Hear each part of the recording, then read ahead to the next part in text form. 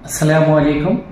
मैं Shahnawaz Khan team AMP से आज एएमपी के नेशनल टैलेंट सर्च यानी एनटीएस के सिलेबस सेक्शन को डिस्कस करने के लिए हाजिर हुआ हूँ।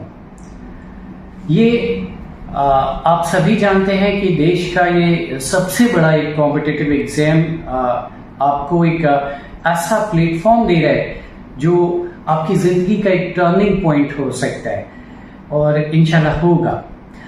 तो सबसे पहले हमारे साथ जो भी स्टूडेंट या पेरेंट्स या टीचर्स जुड़े हुए हैं उनको मैं ये बताना चाहूँगा कि यहाँ पर एग्जामिनेशन दो पार्ट्स में दो सेगमेंट है। यहाँ पर एक सेगमेंट है स्कूल स्टूडेंट्स के लिए और दूसरा है कॉलेज स्टूडेंट्स के लिए।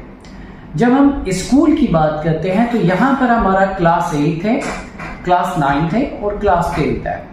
जब हम क्लास 11 एंड 12 की बात करेंगे तो उसके साथ अंडर ग्रेजुएट स्टूडेंट्स भी आएंगे और वो कॉलेज स्टूडेंट्स का एक सेकंड सेगमेंट बन जाता है। तो दोनों ही एग्जामिनेशन का पैटर्न अलग है।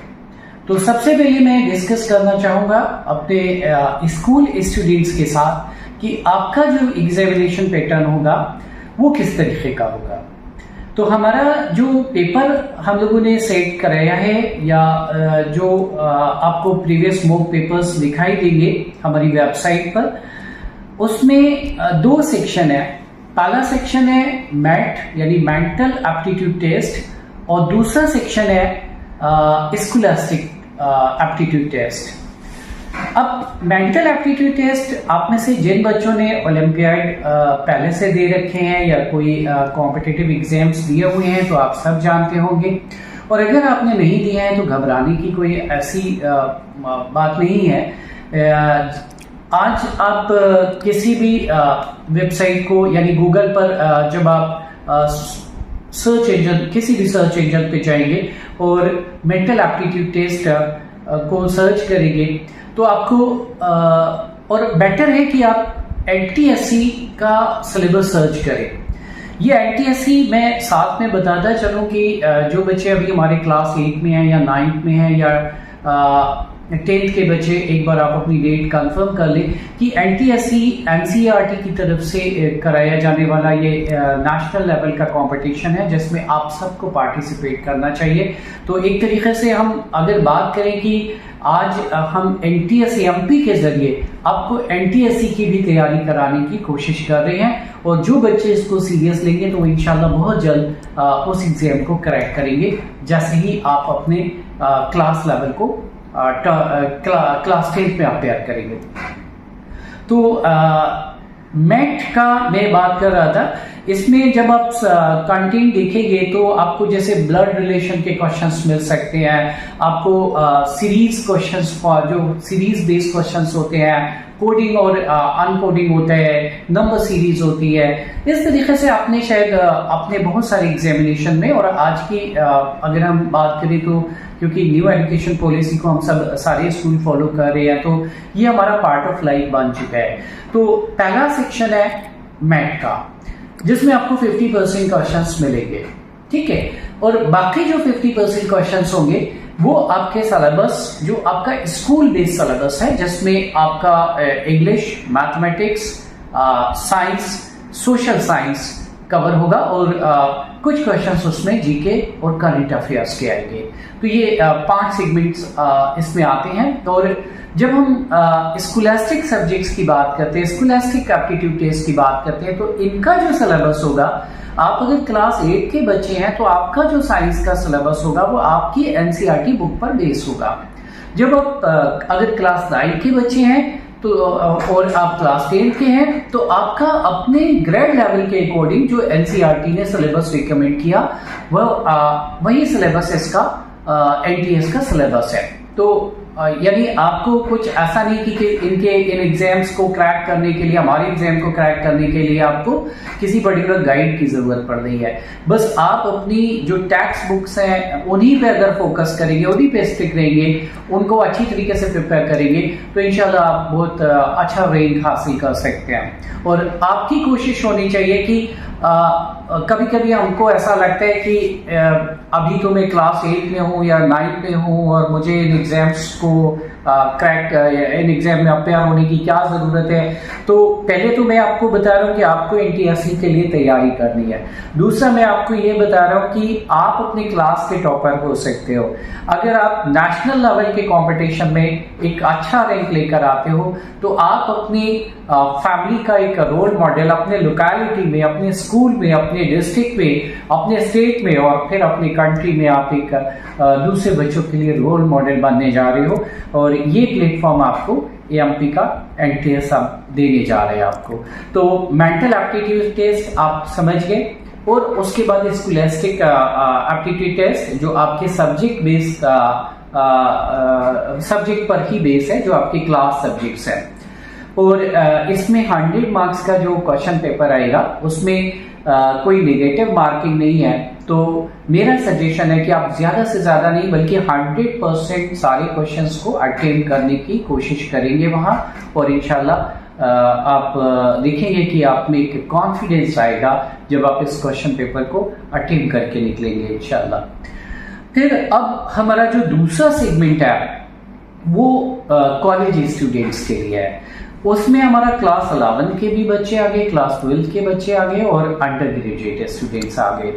आप सबके लिए हमारा एक ही पेपर लेवल रहेगा और ये इसलिए है कि आप सब अभी कॉम्पिटिटिव वर्ल्ड में एंटर कर रहे हो और आप में से काफी बच्चों ने तैयारी उसकी शुरू भी कर दी होगी माशाल्लाह। तो यहाँ पर हमारे पास 5 सेगमेंट हैं, यानी आपका जो पेपर डिजाइन है वो 5 डोमेन पर है, 5 उसमें सेगमेंट कवर कर रहे हैं।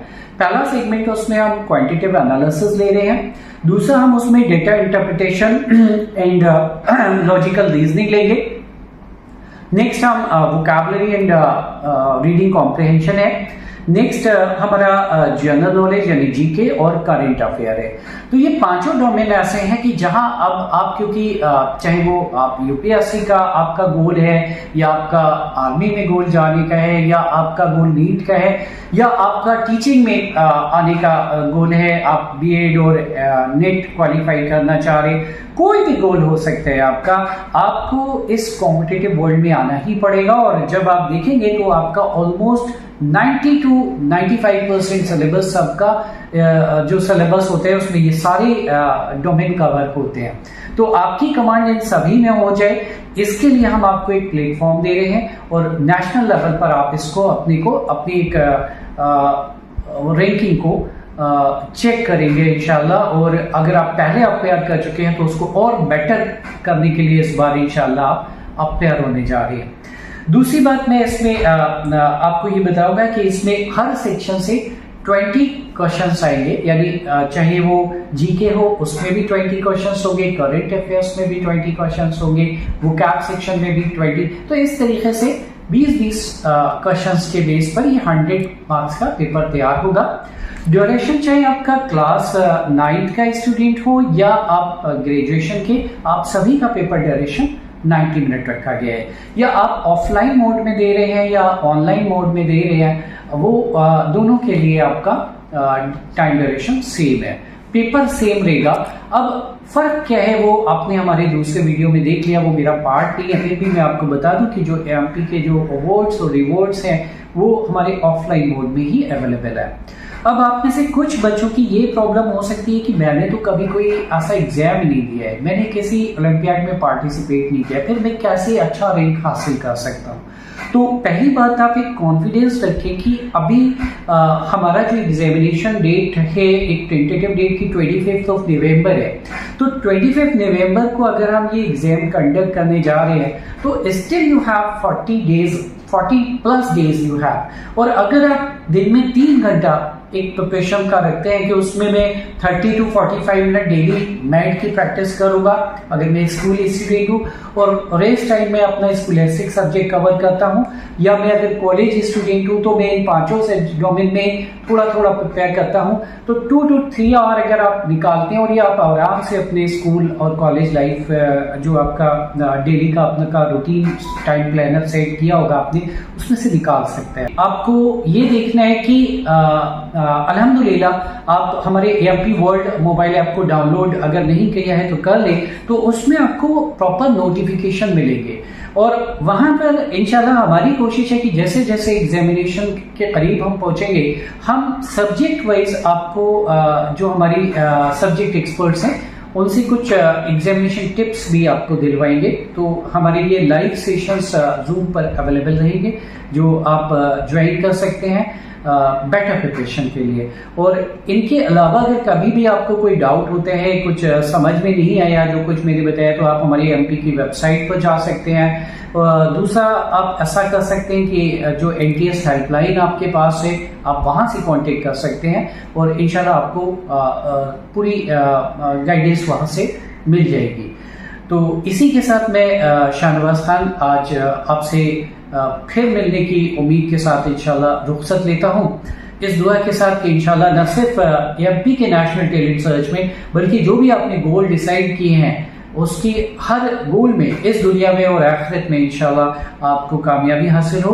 अस्सलामु अलैकुम वरहमतुल्लाहि वबरकातुहू। अल्लाह हाफ़िज़।